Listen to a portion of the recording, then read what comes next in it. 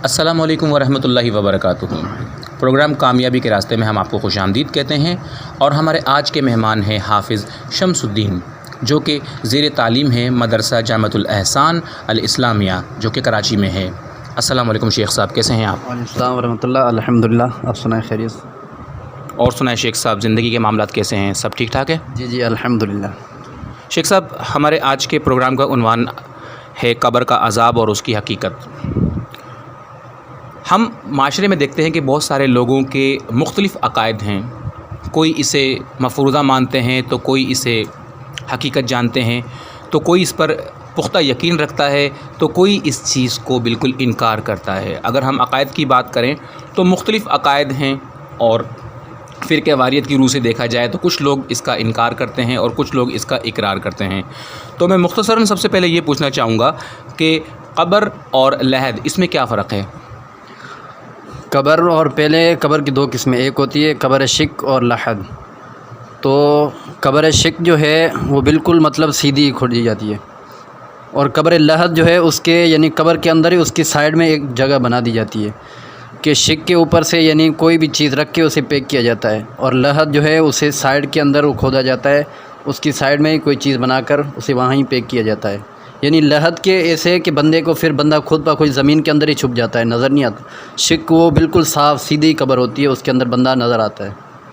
تو بندے کے نظر آنے یا نہ آنے سے کچھ اس پر اسلام کیا کہتا ہے؟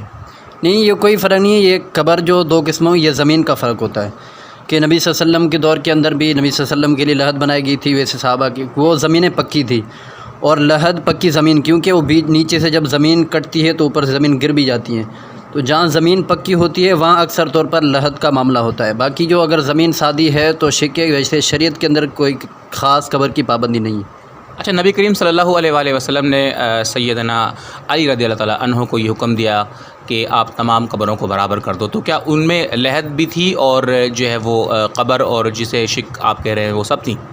ہاں، ایسا معاملہ ہو سکتا ہے، لیکن ایسی قبروں کا ایسی حدیث کے اندر ایسے کوئی معاملہ نہیں آیا کہ وہ قبریں شق تھی یا لحد تھی، لیکن ایسا معاملہ ہو سکتا ہے کہ ہو، اس معاملے کے دور کے اندر ہو، لیکن مطلب کہ حدیث کے اندر اس چیز کی کوئی صراحت نہیں ہے، صرف یہ ہے کہ سیدنا علی کو قبریں برابر کرنے کا حکم دیا گیا تھا۔ ہم عذاب قبر کی طرف بڑھیں گے، لیکن اس سے پہلے ہم یہ بھی جانیں گے کہ ایک قبرستان کا اسلام میں کیا مقام ہے؟ قبرستان کا اللہ کے نبی صلی اللہ علیہ وسلم نے فرمایا کہ قبرستان کے اندر ویسے جایا کرو۔ پہلے شروع دور کے اندر عورتوں کی جانے ویسے منع کیا گیا تھا، لیکن اللہ کے نبی صلی اللہ علیہ وسلم نے بعد میں فرمایا کہ آپ قبرستان کے اندر جایا کرو، کیونکہ ان قبرستان کے اندر جانے سے انسان کو آخرت کی یاد آتی ہے۔ اور ویسے بھی قبرستان کے اندر جانے کے آداب بھی ہیں کہ اللہ کے نبی صلی اللہ علیہ وسلم نے دعا بتائی ہے کہ السلام علیکم اہل الدیار من المؤمنین والمسلمین انا انشاء اللہ للاحقون نسأل اللہ لنا ولکم العافیہ۔ تو قبرستان کے اندر جانا چاہیے، کیونکہ اس سے انسان کی آخرت کی یادیں تازی ہوتی ہیں، اور اس کے آداب بھی جو اللہ کے نبی صلی اللہ علیہ وسلم نے بتائے ہیں ان کو ملحوظ خاطر رکھا جائے۔ اچھا، جیسے ابھی آپ نے فرمایا کہ نبی کریم صلی اللہ علیہ وآلہ وسلم نے قبرستان جانے والوں کے لیے ایک دعا کا ہمیں ایک تحفہ دیا ہے کہ ہم انہیں ایک دعا دیں، تو اس دعا کا ترجمہ کیا بنتا ہے مختصراً اگر میں آپ سے پوچھوں تو؟ دعا کا ترجمہ یہ ہے کہ السلام علیکم اہل الدیار، یعنی گھر والے تمہارے پر سلامتی ہو، من المؤمنین والمسلمین، مومنوں میں سے مسلمان میں سے، انا انشاء اللہ للاحقون نسأل اللہ لنا ولکم العافیہ، ہم اللہ رب العالمین سے یہی سوال کرتے ہیں کہ اس اللہ رب العالمین تمہارے لیے اور عافیت بنا دے۔ جی اچھا، اب اس بات سے تو یہ ظاہر ہو رہا ہے کہ جب ہم مردے کو دعا دے رہے ہیں کہ آپ پر سلامتی ہو اور ہم بھی آئیں گے یہاں پر، تو اس بات سے تو یہ ظاہر ہو رہا ہے کہ قبر کے اندر بھی سلامتی بھی ہوتی ہے، اور قبر کے اندر جو ہے وہ انسان کو حساب و کتاب دینے کے ساتھ ساتھ اس کے جو ہے وہ اسے جو ہے وہ عذاب کو فیس کرنا پڑتا ہے، عذاب اس کو سہنا پڑتا ہے۔ اچھا، اس بارے میں ایک نظریہ ہے جو کہ ہمارے پاکستان میں کچھ لوگ ہیں جو عذاب قبر کے منکر ہیں، تو کیا عذاب قبر کیسے ہوتا ہے، اور یہ مطلب اس کی کیا اسلام میں کون سی اس کی دلیل ہے؟ ویسے تو یہ تقدیر کا معاملہ ہے کہ قبر کے اندر عذاب کس طرح ہوتا ہے۔ شروع میں فرشتے جب انسان کو بٹھاتے ہیں ٹھیک ہے، ان سے 3 سوالات کرتے ہیں، وہ بھی تقدیر کا ایک معاملہ ہے، اللہ رب العالمین کے سپرد وہ معاملہ ہے، ہم کچھ بھی نہیں دے سکتے۔ حدیث کے اندر یہ الفاظ آئے ہیں کہ اس انسان کے لیے مطلب قبر کے اندر اسے ایسا عذاب دیا جاتا ہے، ان کی پسلیوں کو ملا دیا جاتا ہے، ان کے لیے جہنم کے بسترے یا دروازے اس طرح کے معاملات آتے ہیں حدیث کے اندر۔ عذاب قبر جو ہے اصل حقیقت ہے، کیونکہ بہت سے لوگوں، نبی صلی اللہ علیہ وسلم کی ایک واضح مثال کہ اللہ کے نبی صلی اللہ علیہ وسلم کی جب ایک بیٹی فوت ہو گئی تھی تو اللہ کے نبی صلی اللہ علیہ وسلم نے ان عورتوں سے کہا کہ انہیں کفن کا جو معاملہ ہے مکمل کر کے آپ مجھے بتلانا۔ جب یہ معاملہ مکمل ہو گیا تو اللہ کے نبی صلی اللہ علیہ وسلم نے انہیں اپنی ایک چادر بھی ان کے ساتھ کفن کے اندر ملا دی، اس لیے کہ قبر کے اندر کوئی ایسا معاملہ ہو کہ قبر کے اندر انہیں مطلب اگر عذاب ہونا بھی ہے تو تخفیف ہو جائے۔ اسی طرح دوسری مثال کہ موسیٰ علیہ السلام کا جب موت کا معاملہ آیا، موسیٰ علیہ السلام نے اللہ رب العالمین سے یہ التجا کی تھی کہ آپ مجھے مقدس زمین کی طرف مائل کریں، یعنی جو زمین مقدس ہو اس کے اندر میری موت واقع ہو، اس لیے کہ وہ زمین جو مقدس ہے، اچھے لوگ رہتے ہیں، تو اچھے لوگوں کی وجہ سے وہاں جو قبرستان ہے ان کا معاملہ بھی اچھا ہوگا، زمین اچھی ہوگی، پہلے سے جو دفن ہوں گے وہ لوگ بھی اچھے ہوں گے، اس لیے سوال کیا۔ تیسری مثال میں آپ کو پیش کر دوں کہ ایک صحابی رسول جن کا عبداللہ بن ابی جو ان کے والد صاحب تھے، جب فوت ہو گئے وہ منافق تھے، تو صحابی رسول اللہ کے نبی صلی اللہ علیہ وسلم کے پاس آیا اور نبی صلی اللہ علیہ وسلم نے فرمایا کہ آپ جو ہے میرے والد صاحب کے یعنی وہ اس چادر ایک آپ جو اپنی قمیص ہے انہیں پہنا دے کہ انہیں قبر کے اندر عذاب میں تخفیف ہو۔ تو یہ جو مثالیں حدیث کے اندر اور ہمارا قرآن اور حدیث پر ایمان ہے، تو ان مثالوں سے یہی واضح ہوتا ہے کہ قبر کا عذاب قبر برحق ہے اور انسان کے ساتھ یہ معاملہ کیا جاتا ہے۔ وہ الگ مسئلہ ہے کہ انسان نیک ہوتا ہے برا ہوتا ہے، کہ نیک کے ساتھ اچھا سلوک اور برے کے ساتھ بدسلوک کیا جاتا ہے، ویسے جو قبر کا معاملہ ہے تو عذاب قبر برحقیقت ہے، قرآن اور حدیث سے یہ چیزیں ثابت ہیں۔ اچھا، کچھ لوگ کہتے ہیں کہ میں ان کا نام لینا نہیں چاہوں گا یہاں پر میڈیا پر، وہ کہتے ہیں کہ جب ایک انسان سمندر میں بہہ گیا اور بالکل سمندر کی نظر ہو گیا تو ایسا انسان تو قبر تک پہنچا ہی نہیں ہے، اور ایک ایسا شخص معاذ اللہ جو کسی حادثے کا شکار ہو جاتا ہے، جیسے ہوائی جہاز ہے اور ٹرین وغیرہ ہے، نعوذ باللہ من ذالک، ہم اللہ کی پناہ میں آتے ہیں سب ان تمام طرح حوادث اور حادثات سے، تو اس طرح کے معاملات ہوتے ہیں، تو کہتے ہیں کہ جب انسان اس دنیا سے چلا جاتا ہے تو اس کے معاملات اللہ کے سپرد ہو جاتے ہیں۔ اب اس کو قبر کے اندر کا جو عذاب، وہ جو اس چیز کو کہتے ہیں کہ قبر کے اندر جو عذاب ہو رہا ہے، یہ جو علماء کرام کہتے ہیں کہ قبر کے اندر ایک بندہ آتا ہے، وہ اس کے سر پہ کچھ چیزیں مارتا ہے یا اس کو وہ کرتا ہے، تو وہ کہتے ہیں کہ عذاب اور ثواب کا جو معاملہ ہے یہ روز محشر قیامت والے دن سب کو جب ایک سر پھونکا جائے گا، سب کھڑے ہوں گے، پھر جنت اور جہنم کا سلسلہ شروع ہوگا۔ تو اس بارے میں علماء کرام کیا کہتے ہیں احادیث اور قرآن کی روشنی میں؟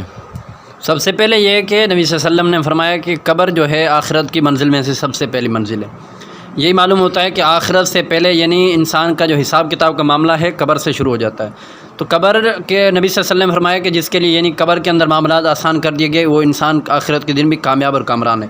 تو قبر کے اندر انسان کے معاملات یہاں سے شروع ہو جاتے ہیں۔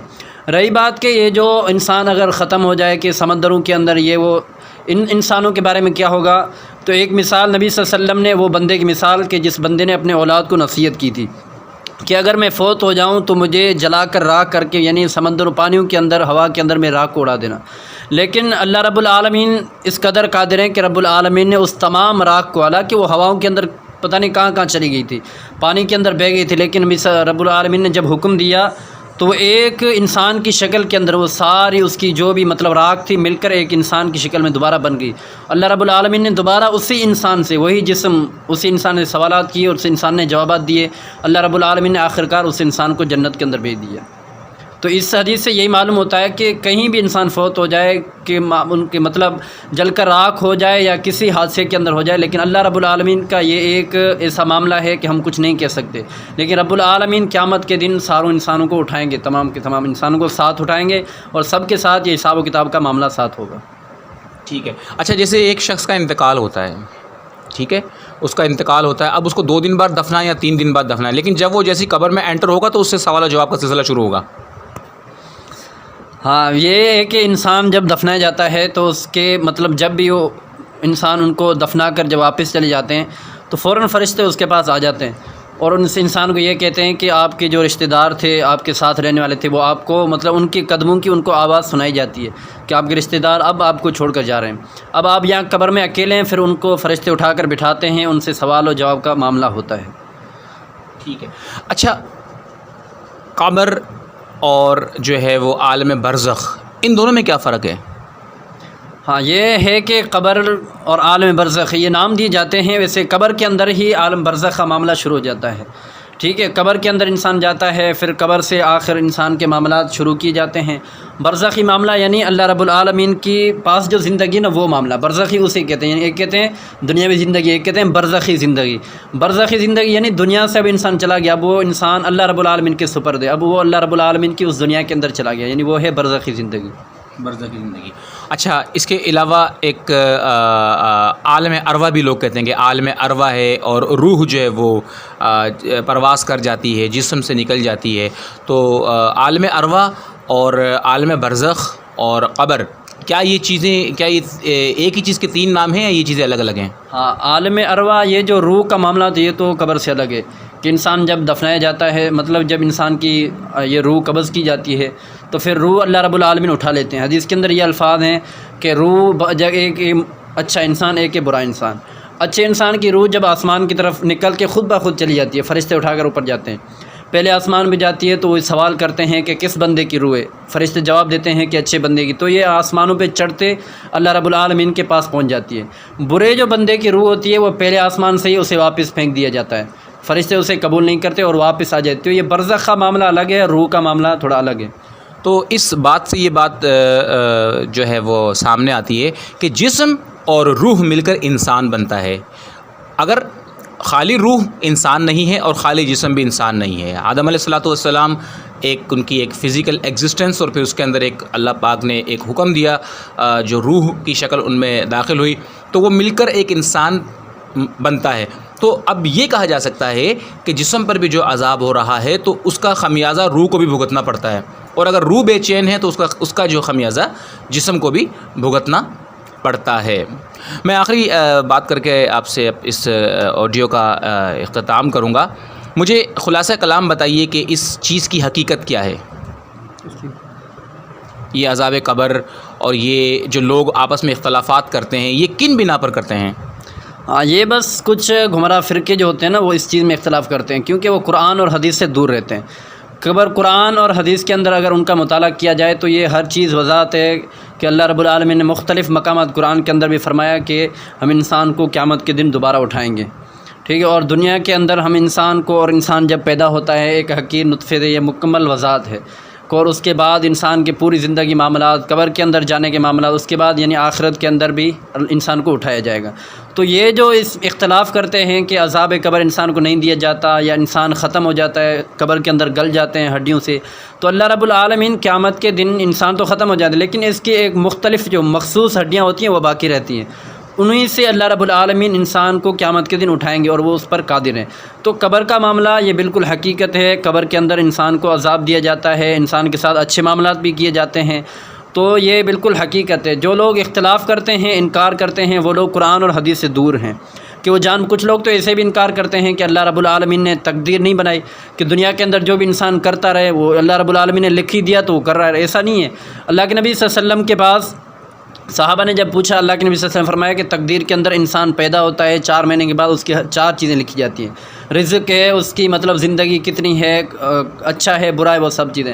صحابہ نے پوچھا اللہ نبی صلی اللہ علیہ وسلم جب یہ سب معاملات لکھ دیے گئے ہیں تو ہم نیک صالح عمل کیوں کریں؟ نبی صلی اللہ علیہ وسلم نے فرمایا کہ جو انسان اچھا ہے تو وہ دنیا کے اندر اچھے عمل کرتا ہے، جو برا ہے وہ دنیا کے اندر برے عمل کرتا ہے، اور اس سے زیادہ جو عمل کرنے سے انسان کی زندگی اچھی بنتی ہے اور دعا جو ہے وہ تقدیر کو بدل دیتی ہے. تو ان تمام معاملات سے یہی ہوتا ہے کہ دنیا کے اندر انسان قبر کا جو معاملہ ہے وہ بھی تقدیر کے اندر ہی لکھا ہو گیا ہے. تو دنیا کے اندر جو لوگ اس چیز کا انکار کرتے ہیں انہیں قرآن و حدیث کا مطالعہ کرنا چاہیے، قرآن و حدیث کو پڑھنا چاہیے. قرآن اور حدیث کے اندر ان مکمل چیزوں کی وضاحت آ چکی ہے. جی جزاک اللہ، بہت شکریہ شیخ صاحب نے ہمیں اپنا قیمتی وقت دیا، اور اسی کے ساتھ ہی پروگرام کامیابی کے راستے کا وقت ختم ہوا چاہتا ہے. سامعین کرام اپنا بہت سارا خیال رکھیے گا. والسلام.